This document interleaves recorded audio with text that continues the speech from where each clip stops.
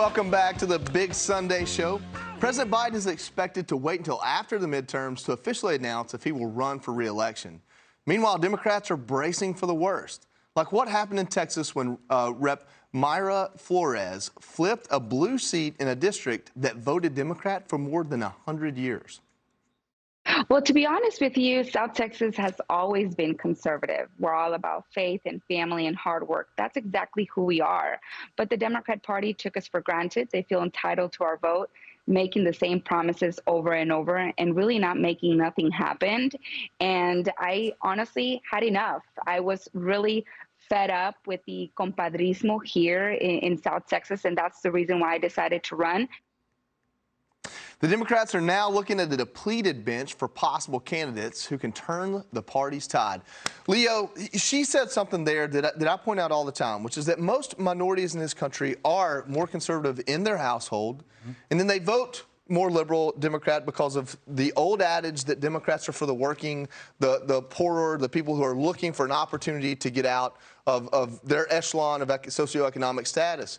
But I think that Joe Biden comes into office touting that, blue-collar Joe, Scranton Joe, for the regular man, and a stiff turn to the left. He even came into office saying that he was just a transitional president, really kind of alluding to a single term, and then immediately changed that after he's voted in. Do you think that that is a key for the Democrats moving forward? Do they need to look at some of the base that they're losing and come back to them, or does the liberal left just take it and run with it? Let me be as clear as possible. The Democrats have lost the middle class. It's gone. The middle class belongs to Trump Republicans. Let me be as clear as possible. That piece with Ms. Flores is absolutely correct. The Democrats assume that if you're black or Hispanic, you vote Democrat. And I got news for you. Blacks and Hispanics, they want law and order.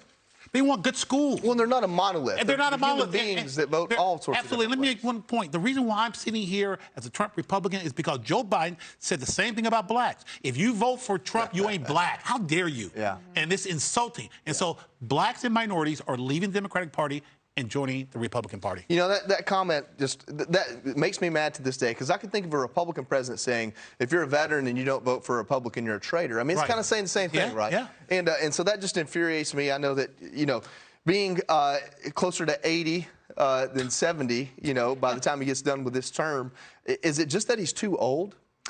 You know, I don't necessarily think it's just a Joe Biden problem. Obviously, he's the head of the party. He's failed spectacularly. He lied, quite frankly, about what his agenda would be. He said he was going to be a moderate. He's allowed the far left wing of the party to take the country in a horrible direction, right into a recession. And they really have taken for granted, as Myra Flores, soon to be Congresswoman-elect, said, they've taken advantage and for granted of these votes that they think that they were just going to have in their coalition all of these years, and haven't really worked to keep these people in the coalition. So for 2024, Joe Biden and the Democratic Party are facing a number of uphill battles. They've already lost the white working class. They're losing Hispanics in droves. So they're looking at the numbers here and the percentages and going, where are we going to get these percentages in our coalition to win elections, especially since Florida now is a Republican state. The Republican voter registration there is through the roof. And so they're looking at this not just in a vacuum of the midterms, but also of 2024. And what I think you're going to see with the DNC and Democrats when they're trying to hold off primary candidates for Joe Biden is they're going to start watching Republicans jump in at the end of this year. They're not going to wait to see if Donald Trump jumps in. They don't have time to do that in terms of their campaign infrastructure. They have to get started now. They're going to take a look at who's running, and they're going to see if Joe Biden can match up to them in the polling and see what happens. You know, we're talking here about the fate of Democrats as a whole, kind of the voting blocks that they're losing. But back to Joe Biden himself, we have an Atlantic headline here. Why Biden shouldn't run in 2024. Yes, he's fit to be president right now, but he's too old for the next election. Actually, you're on Capitol Hill. There was a New York Times piece, a front page that cited 50 Democrat insiders that basically are saying this. You have David Axelrod saying that by the end of his second term, he'd be closer to 90 than 80. I tried to pun that a few minutes ago, did really bad at it. Are Democrats really jumping ship? And is this a full court press? Is the media involved? Are they really trying to craftily tell Biden you can't run again? I think people say things behind closed doors, but I do think that if he decides to run, that everyone will get on board behind him. Yeah. I think you guys are all right in that it's not just a Hispanic problem. It's a black voter problem. It's a young voter problem. I think that Democrats know this. I think there is a little bit of panic in terms of getting people excited about voting, finding something to rally behind. And part of it is they haven't had much luck in getting a lot of things across the finish line in Congress. But the other part of it is inflation, is the economy.